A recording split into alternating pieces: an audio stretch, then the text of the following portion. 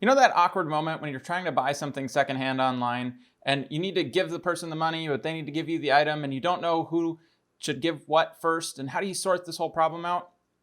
Well, that awkward moment is exactly what it feels like to buy a house when you have one to sell at the same time.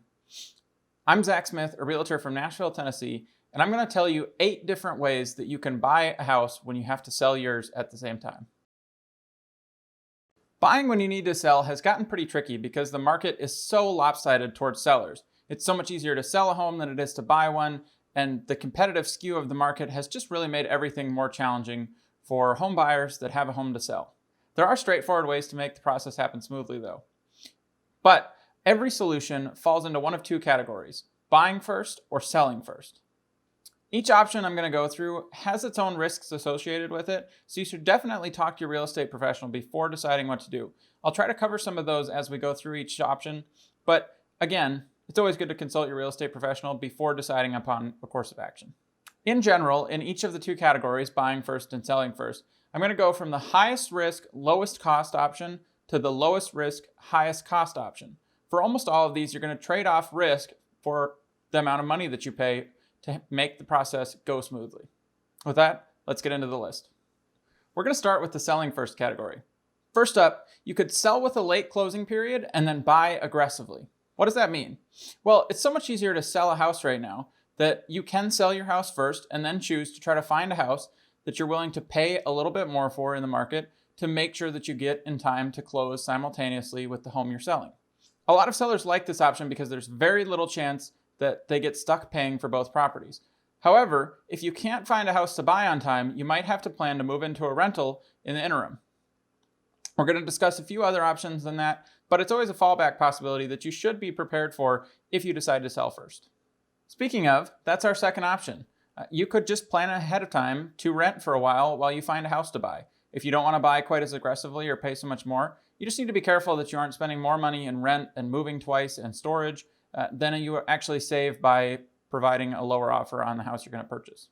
The final option for selling first is to negotiate what's called a lease-back deal on your contract.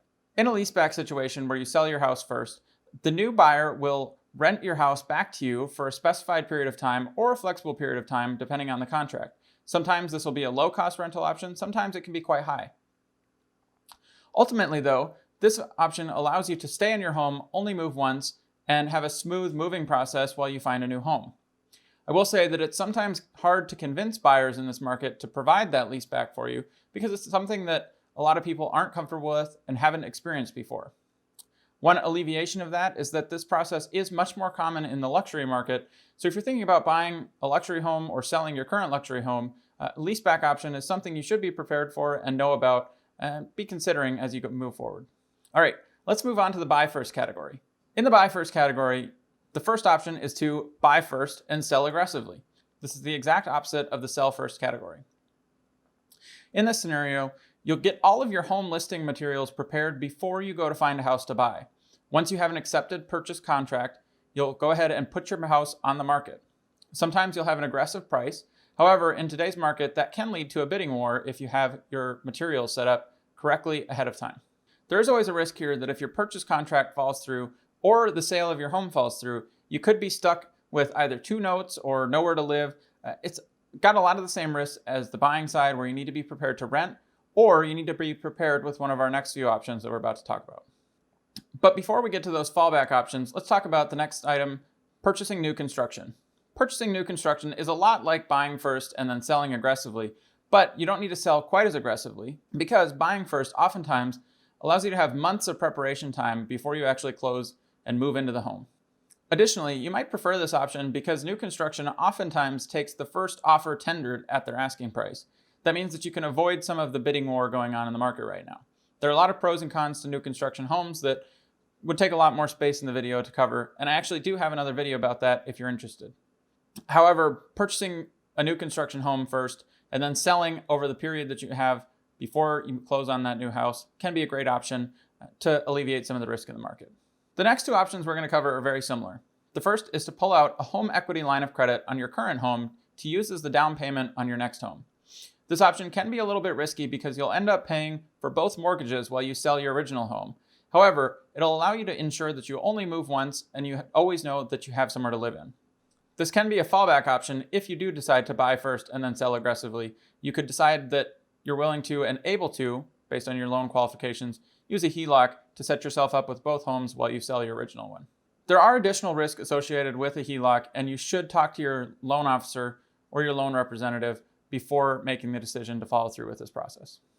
The next very similar option is something called a bridge loan. A bridge loan is essentially the same process, except it's more formatted by the bank than you figuring out creative ways to use your home equity on your own. The bank will provide you a loan that covers the additional costs between both notes while you move into a new home and sell your old one. There's lots of different variations and companies that specialize in this process, and it's something that you can look into and talk with your loan officer or loan representative to understand if it's right for your situation. Finally, the last option that you have to buy first and then sell your home is to submit what's called a contingent offer. Now, this is a really bad idea in the current market in general because selling is so lopsided compared to buying. What this means is that home sellers are not likely to take risky contingencies, and this is one of the riskiest ones that you can put in a contract. What it essentially means is that your offer to buy a house is null and void if you don't sell your own home. In a neutral or buyer's market, this can be a really great option to ensure a smooth process during your move. However, in today's market, it essentially means that you'll have to pay an enormous amount over asking price to get your offer even considered. If you decide to use a contingent offer, be sure to have all of your home sale listing materials prepared before you submit the offer and attach them in an addendum to the offer, including the list price that you're choosing to put on the home you have for sale. What this addendum does is allow the other side of the transaction to have a good understanding of what they're actually signing on to when they accept your contingency. If they see that you have great listing materials and a great process ready with a great price for the home, they're much more likely to accept the offer than if they know absolutely nothing about what you intend to do. So that's it for our list of 8 ways to buy a home when you have one to sell. If you have questions about your specific situation or some other method that you've been considering doing, feel free to send me a message. I'm always happy to work with you to look at your specific situation. With that, thanks for watching.